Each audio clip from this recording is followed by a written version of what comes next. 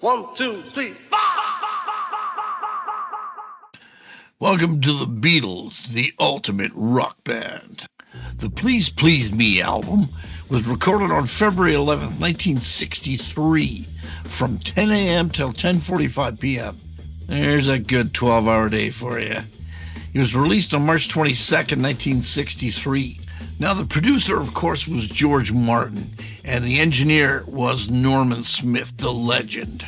Now, during that 12-hour session, they were basically playing their Cavern Club set list. Just the best tunes, throwing in a couple of originals there. They were raw, and they were ready to go. They recorded on a BTR-2 tape machine, and in those days, 2 tracks. That's all they had. One for the instruments and one for the vocals. So basically, you were just balancing between the two of them. Crazy what they came up with. Now, normally George would be playing his Gretsch Country Gentleman or his Rickenbacker 12-string. But for these sessions, he was playing a 1957 Gretsch Duo Jet, a black one. Really cool. It had a Diamond pickup that made it sound a little more grittier, a little more rock and roll than the Country Gentleman. Paul was still playing his 1961 Hofner. But on these sessions, he used a Vox T60 bass amp, and he didn't like it. It rattled. It had a 12 and a 15-inch speaker in it. It just made noise. But I think that just adds to what they accomplished that day. Now, Norman Smith, the engineer, used some Neumann's U47s and 48s and strategically placed them so he could get the leakage between all the different instruments to give it that raw sound. What's also really interesting is that Ringo never had his Ludwig Black Pearl kit at the time. He had a Premier mahogany Duroplastic drum kit. He didn't get his normal Ludwig Black Pearl kit until a few months later. So it sounds just a little bit different than what happens later on in their recording career. One thing to note is John had a terrible cold that day, so he was gargling with milk and these cough candies called Zoobs. That's just so grim. And they saved Twist and Shout for last because George Martin knew his voice wasn't going to last all day. But when he did sing that, it just shredded and it sounds so cool and rock and roll. Now, at the beginning, you heard Paul's 1, 2, 3, fa to start everything off. That was actually from take 9 and glued on to their take 1. Which was all they needed. One take, and they played it. While they've been playing it live for so long, it was just there. Now, there were 14 tracks on the album. I've picked the 4 that I think was the most rockin', and it just showed the power of a 4-piece rock band. 2 guitars, bass, and drums. Okay, let's start with I Saw Her Standing There. I want to illustrate 3 points that just makes it rock. Besides the fact of Paul's raucous 1, 2, 3, fa at the beginning to get the boys going, the bass and drums just by itself is like a freight train. These guys are just so tight and just so into what they're doing. It's just pure bass and drums rock and roll. Now, for you rock and roll aficionados out there, if you recognize Paul's bass line, it's because he nicked it from Chuck Berry's 1961 tune, I'm Talking About You, which was in their set list at the time. Check it out.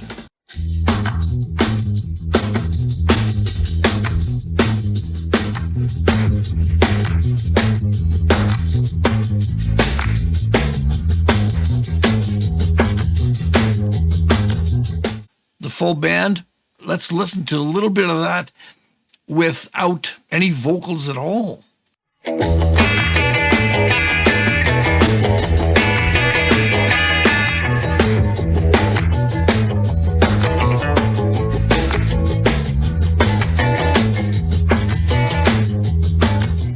And of course, there's George's raucous solo, way before there were distortion pedals or anything to help them.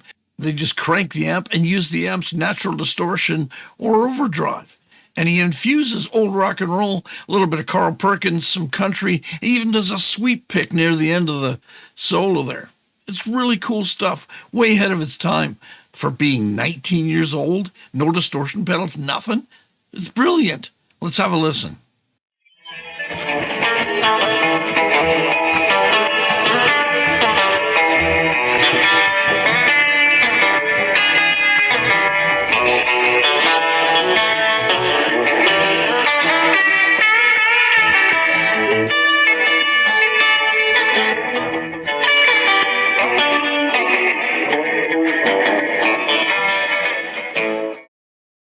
we're on to the song Boys. It was a cover tune from the Shirelles that the Beatles did that they really rocked up for their Cavern Club dates and whatever they were on tour. The thing I really like about this is not just Paul and Ringo's bass and drums, is that the whole band is just kicking in and rocking. They probably love playing their cover tunes.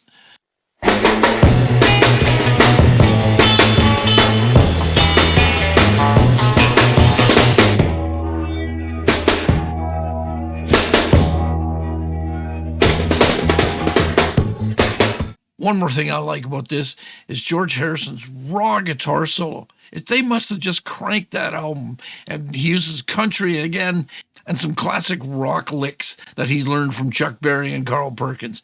Brilliant solo.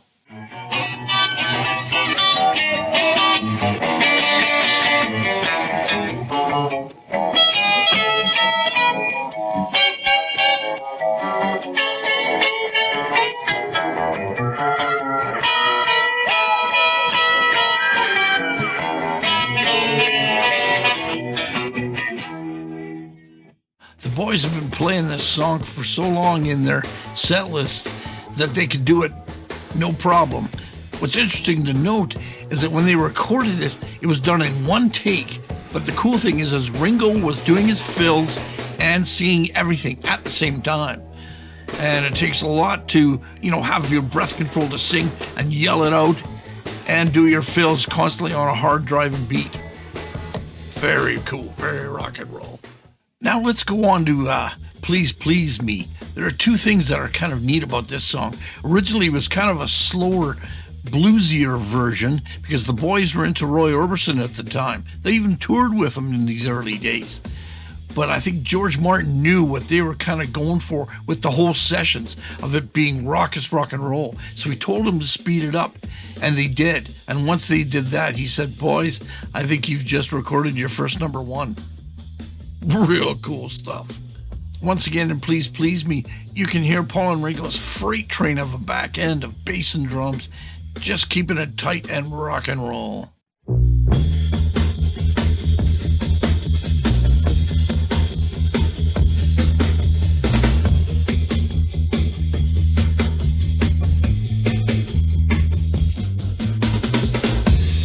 Ringo's drums and his fills, especially before the bridge there, was totally different than anything that was going on at the time.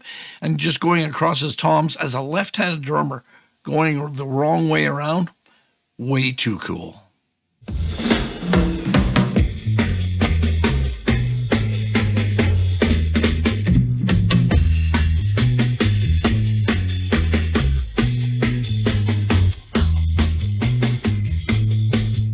Now, Twist and Shout is going to be one of the most legendary vocals you've ever heard by a guy. It was recorded about 10 p.m., and it was the very last song to be recorded for the album. John had been singing all day and still gargling milk and sucking the Zoob candies, so he had a throat for the end of the day. But I'm wondering if George Martin knew what he was doing about there, because when John came to sing this vocal, I guess he was stripped down to the waist just so he could give her. You can hear John's voice shred a couple of times during the really loud screaming parts. It's very, very cool stuff, and it doesn't get any more rock and roll than that. He had such a great voice for that kind of stuff. Now, this cover tune was an Isley Brothers tune from 1962. The Boys, they kind of exaggerated the parts to make it sound more raucous, to make it sound more intentional. And the engineers, Norman Smith and George Martin, just cranked the reverb on this to give it that live feeling as if you're watching them in a show. Let's have a quick listen to a few bars of John's shredding vocal during this song. Well, shake it up, baby, now. Shake it up, baby. Twist and shout. Twist and shout. Come on, come on, come on, come on, baby, now. Come on, baby. Come on and work it on out. Work it on out. Well, work it on out. Work it on out. You know you look so good. Now you can tell when the Boys were recording this song, especially the rhythm guitars, that they were doing nothing but downstrokes on it just to give it that heavier kind of feel. There was no distortion pedals back then. They had to do with what they had. Very nice. I love this.